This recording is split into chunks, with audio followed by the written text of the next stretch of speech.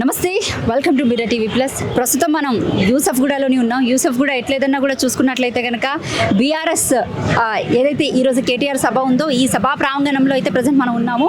ఇక్కడ ప్రజెంట్ మనతో పాటు అయితే కరీంనగర్ డిస్ట్రిక్ట్ ప్రెసిడెంట్ అలాగే మాజీ సుడా చైర్మన్ జీవి రామకృష్ణ గారు ఉన్నారు. ఆయన అడిగే అసలు తెలుసుకునే ప్రయత్నం చేద్దాం. అసలు ప్రజల మూడ్ ఎలా ఉంది, ప్రజలు ఏ విధంగా స్పందిస్తున్నారో తెలుసుకునే ప్రయత్నం చేద్దాం. సార్ చెప్పండి, అంటే ప్రజలు ఏమంటున్నారు? అంటే ఇప్పటికీ ప్రచారంలో భాగంగా ఇంటింటికి వెళ్ళి సర్వే చేసినట్టు కనిపిస్తుంది. ఏమంటున్నారు ప్రజలు? అసలు మేము వచ్చి దగ్గర 10 రోజులు అవుతుందండి. మేము మొత్తం కూడా ఇక్కడ అందరి కుటుంబ సభ్యులు అయిపోయినాం, పార్టీ వర్కర్స్ అందరూ. మూడ్ ఆఫ్ యూసఫ్ కూడా కానివ్వండి, మూడ్ ఆఫ్ జూబ్లీ హిల్స్ 100% రేపు గోపీనాథ్ గారు మిస్సెస్ సుంద గారికి ఓటేస్తూ గెలిపిస్తారు. అలా ఏ మాత్రం డౌట్ లేదు. మొత్తం టోటల్ కూడా యాంటీ కాంగ్రెస్ వేవ్ నడుస్తున్నది. స్టేట్లోనే ఉన్నది, జూబ్లీ హిల్స్ మరీ ఎక్కువ ఉన్నది. ఇప్పటికే ఎక్కడ పోయినా కూడా అన్ని పథకాలు ఆగిపోయినాయి. కాంగ్రెస్ ప్రభుత్వం వచ్చినాక హైదరాబాద్ ఒక గొప్పతనం అంతా పోయింది. ఇంతకుముందు కేటీఆర్ గారు ఏదైతే మంచి పేరు తెచ్చినో అంత నాశనం అయిపోయింది. ఇది కర్మేర హైదరాబాద్ అంతా కూడా ఇప్పుడు ఒక నెగిటివ్ మోడల్ పడిపోతుంది. కాబట్టి మళ్ళీ మంచిగా రావాలంటే తప్పకుండా ఒక్కసారి బుద్ధి చెప్పాలి ఈ ప్రభుత్వానికి. కాబట్టి 100% మేము కారు గుర్తు కొట్టేస్తాం. మళ్ళీ మా కేసీఆర్ గారి యొక్క పునర్వైభవం రావాలి టీఆర్ఎస్ పార్టీకి అనే ఒక భావంలో ఈ ప్రాంతం ప్రజలు ఉన్నారు. అది మేము ప్రత్యేకంగా మేము గమనించిన విషయం మీకు చెప్తున్నాం. వాళ్ళు ఏం మాత్రం డౌట్ లేదు. నిన్నగాక మొన్న షేక్పేట్ డివిజన్ కి సంబంధించి ఇటు కేటీఆర్ సభ జరుగుతున్నప్పుడు ఇటు రెహమత్ నగర్లోనేమో రేవంత్ రెడ్డి సభ జరుగుతుంది. ఆ టైంలోని రేవంత్ రెడ్డి చేసినటువంటి కొన్ని వ్యాఖ్యలు ఏవైతే ఉన్నాయో, అంటే బీఆర్ఎస్కి ఓటేస్తే మేము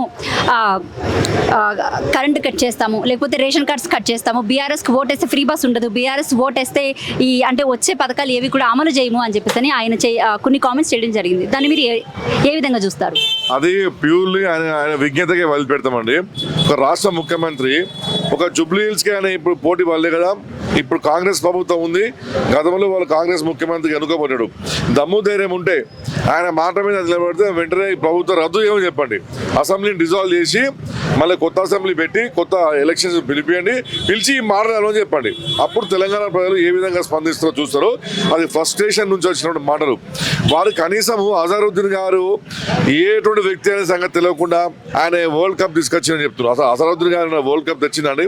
ఆయన ఎన్నడూ కూడా వరల్డ్ కప్ తీసుకొచ్చిన క్యాప్టెన్సీ ఆయన చేతితో లేదు. కాబట్టి ఆయన పక్కకు ఉన్నటువంటి మంత్రి సంగతి తెలియనోడు ఇవాళ ఇక ఏం మాట్లాడుతూ అర్థమైతే లేదు. అవన్నీ కూడా చాలా తప్పు. అవి కూడా ఆ మాటలు కూడా ఇవాళ ఎఫెక్ట్ ఇస్తుంది రానున్న ఎలక్షన్ లో. ఇప్పుడు బీఆర్ఎస్ హయాంలోనే ఆయన బీసీసీ పదవి ఏదైతే ఉందో రద్దు చేయడం జరిగింది. ఆయన కొన్ని నేరాలకి పాల్పడుతున్నాడు అని చెప్పేసి అని ఆ టైంలో అంటే అంతలా చూసిన వ్యక్తిని ఇప్పుడు మంత్రి పదవి ఇవ్వడానికి ఏ రకంగా చూస్తున్నారు? చూడండి, కాంగ్రెస్ పార్టీ ఎప్పుడు కానీ మైనారిటీస్ తోటి ఆటలు ఆడుకుంటుందండి. వాళ్ళకి ఎలక్షన్స్ వస్తేనే మైనారిటీస్ గుర్తొస్తారు. ఎలక్షన్ లేకపోతే అసలు మైనారిటీస్ గుర్తురాదు. జూబ్లీ హిల్స్ లో ప్రజలందరూ కూడా యాంటీ కాంగ్రెస్ మూడు ఉన్నది, యాంటీ రేవంత్ రెడ్డి మూడు ఉన్నది. అలా ముస్లిమ్స్కి ఒక భావన, హిందూస్కి ఒక భావన లేదు. ఇక్కడ ఓవరాల్ ఆల్ ఓటర్స్ కూడా ఒక నెగటివ్ ఉన్నది ఇప్పుడున్న ప్రభుత్వం మీద. సో ఇందులో కూడా మళ్ళీ వాళ్ళు కులాలను మతాలను విడగొట్టే ప్రయత్నం చేస్తారు. ఇక్కడ మొత్తం ఓటర్స్ అందరూ కూడా ప్రో టీఆర్ఎస్ ఉన్నది. కేసీఆర్ గారి మీద అభిమానం ఉన్నది, కేటీఆర్ గారి అభిమానం ఉన్నది.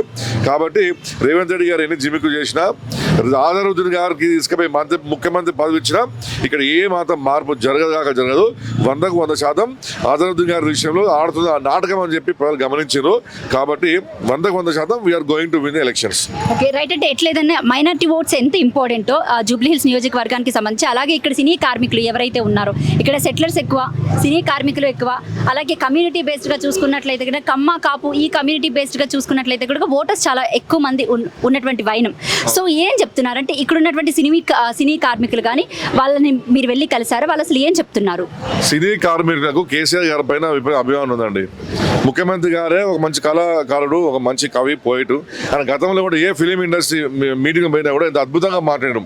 నిన్నగాక మొన్న ఇక్కడ మీటింగ్ పెడితే కనీసం అట్లా ఫ్లాప్ అయిపోయింది రేవంత్ రెడ్డి గారి ప్రోగ్రామ్. సినీ కార్మికులకు 100% టీఆర్ఎస్ పార్టీకి ప్రభుత్వం ఉన్నప్పుడే, కేసీఆర్ గారు ముఖ్యమంత్రి ఉన్నప్పుడే వాళ్ళకి మంచి పని బాగా దొరికింది, సినిమాలు బాగా ఉన్నాయి, పరిశ్రమ ఇంప్రూవ్ అయిందనే భావనలు ఉన్నారు. ఇప్పుడు మొత్తం మార్కెట్ డల్ అయ్యి అసలు సినిమాలు రిలీజ్ అయ్యే పరిస్థితి లేదు. కాబట్టి వాళ్ళకు కూడా పేమెంట్ కూడా రావడం లేదట, వాళ్ళ బాధ ఉన్నారు. కాబట్టి మళ్ళీ హైదరాబాద్ బాగుండాలంటే మేము ఇప్పటి నుంచే మొదలు పెడతాము. మా జూబ్లీ హిల్స్ ఓటుతోటే మళ్ళీ టీఆర్ఎస్ పార్టీ రానున్న రోజులు ఎలక్షన్లో గెలపడానికి మాదే నాంది ఇదే అని చెప్పేసి కూడా సినీ కార్మికులు ఉన్నారు. సినీ కార్మిక పరిశ్రమ అంతా కూడా దే ఆర్ ఫర్ టీఆర్ఎస్.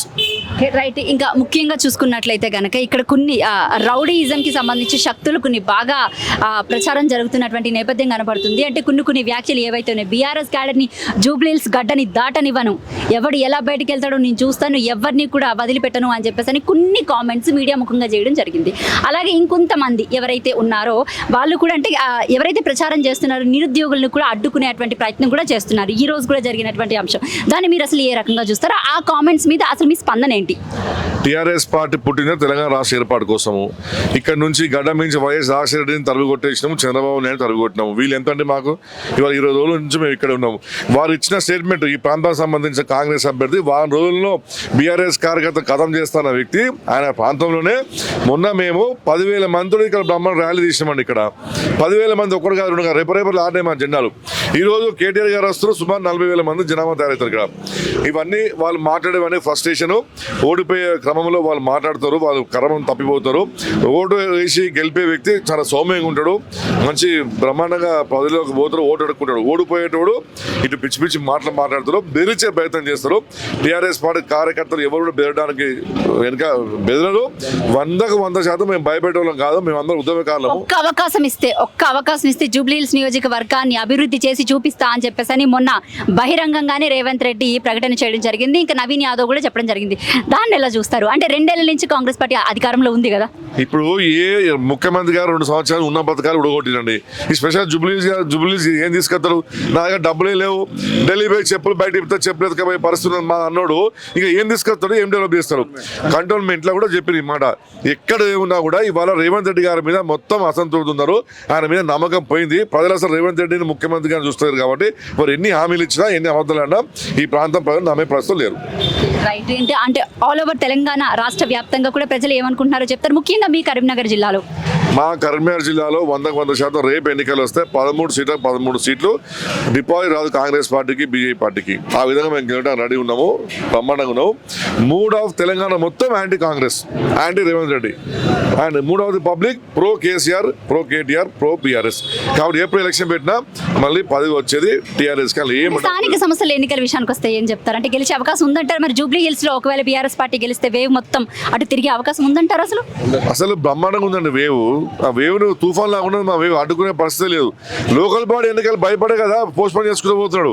మేము అందరూ రెడీ ఉన్నాం. కాంగ్రెస్ రిజర్వేషన్స్ గురించి కాదండి, ఇప్పుడు బీసీ రిజర్వేషన్ గురించి అనుకుందాం. ఫర్ ఎగ్జాంపుల్ ఆయనకు కాదని తెలుసు కదా, బీసీలకే నమ్మకం లేదు ఈ రిజర్వేషన్ వస్తుందని చెప్పేసి. ఇప్పుడు వేరే దేశంలో ఎక్కడ ఇంప్లిమెంట్ కాదు, ఇక్కడ నువ్వు కరెక్ట్ ప్రొసీజర్ ప్రకారం నువ్వు చేయలేదని చెప్పి కోపడుతున్నారు.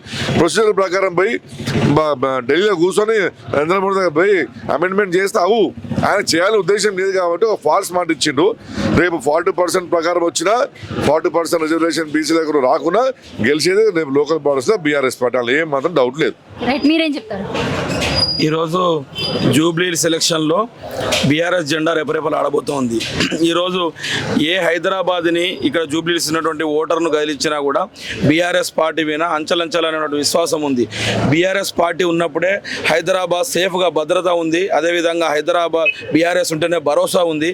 బీఆర్ఎస్లోనే భవిష్యత్తు కనబడుతుంది ఇలా హైదరాబాద్ ప్రజలందరికీ. కాబట్టి జూబ్లీహిల్స్ ప్రజలందరూ మేము రోజు గత 10 రోజులుగా మేము ఇక్కడ ప్రచారం చేస్తూ ఉన్నటువంటి సందర్భంలో ప్రతి ఇంటికి పోయినటువంటి ప్రతి ఇంట్లో ఓటర్ బయటకు వచ్చి మరి మమ్మల్ని స్వాగతం తీసుకుపోయి మీకు తప్పకుండా ఓటేస్తాము, కేసీఆర్ గారు ఉంటేనే తెలంగాణ అభివృద్ధి చెందుతుంది, హైదరాబాద్లో ఇక్కడ ఉపాధి అవకాశాలు కోల్పోతున్నారు, మా ఇక్కడ ఉన్నటువంటి పిల్లలందరూ ఉపాధి అవకాశాలు కోల్పోతున్నారు, ఐటీ కంపెనీలు అన్నీ కూడా ఆంధ్రాకు తరలిపోతున్నాయి, ఇక్కడ ఉన్నటువంటి ఐటీ సెక్టర్ కూడా చాలా గణనీయంగా ఇక్కడ ఉద్యోగాలు పడిపోతున్నాయి. మళ్ళొకసారి కేసీఆర్ గారి నాయకత్వంలో, కేటీఆర్ గారి నాయకత్వంలోనే ఇక్కడ ఉన్నటువంటి ఐటీ పరిశ్రమ కానీ, రియల్ ఎస్టేట్ కానీ ఇవన్నీ కూడా ముందుకు పోతాయనే ఉద్దేశంతో అవన్నీ జరుగుతూనే ఇక్కడ అభివృద్ధి చెందుతుంది. కాబట్టి ఇక్కడ జరుగుతుంది కాబట్టి మాకు పని దొరుకుతుంది, ఉపాధి దొరుకుతుంది అని చెప్పి ప్రతి ఒక్కరు కూడా మమ్మల్ని తీసుకుపోయి సాధారణంగా తప్పకుండా గోపీనాథ్ ఇక్కడ జూబ్లీహిల్స్లో గోపీనాథ్ గారు చేసినటువంటి పనులు కూడా చాలామంది మాకు చెప్తా ఉన్నారు.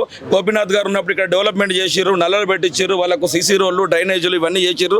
కాబట్టి మాకు ప్రతి పండగ అయినా ప్రతి ఫెస్టివల్ అయినా గోపీనాథ్ అనే వ్యక్తి మా కుటుంబ సభ్యులుగా ఉండడం చెప్పి ప్రతి ఒక్కరు కూడా మాతో షేర్ చేసుకున్నటువంటి సందర్భం. సునీత గారు బ్రహ్మాండంగా బ్రహ్మాండమైన మెజారిటీతో గెలిపిస్తారు.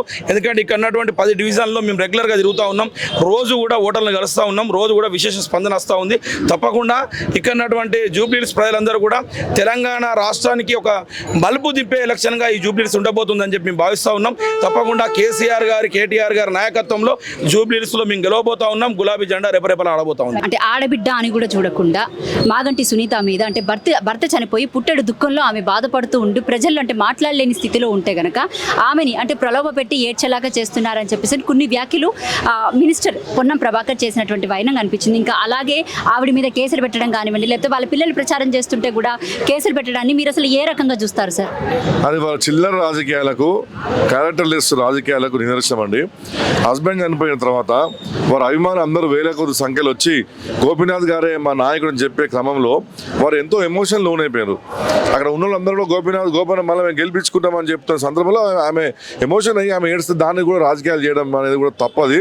సోనియా గాంధీ గారు ఏడవలేదండి, రాజీవ్ గాంధీ గారు చనిపోయినాక ఎన్నో సమయంలో వాళ్ళ పార్టీ నాయకులు ఎంతో మంది కూడా వచ్చిన రాజకీయాలకు వాళ్ళందరూ ఏడవలేదా? అట్లే అన్నారా? ఒక మహిళలను పట్టుకొని ఏడుపు అనే విషయం మాట్లాడడం ఏందని చెప్పి మేము అడుగుతాం. అది వాళ్ళ వివేకానికి వదిలిపెడతాము. ఆ చిల్లర రాజకీయాలకు అదొక ఎగ్జాంపుల్ అని చెప్పి మేము భావిస్తున్నాం. Thank you sir. Thank you.